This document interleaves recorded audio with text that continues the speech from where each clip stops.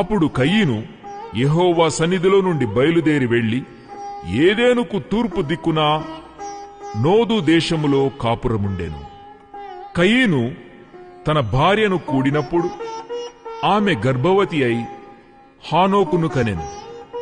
అప్పుడతడు ఒక ఊరు కట్టించి ఆ ఊరికి తన కుమారుని పేరును బట్టి హానోకు అను పేరు పెట్టెను. హానోకుకు ఈరాదు పుట్టెను. ఈరాదు మహూయాయేలును కనెను. మహూయాయేలు మతూషాయేలును కనెను.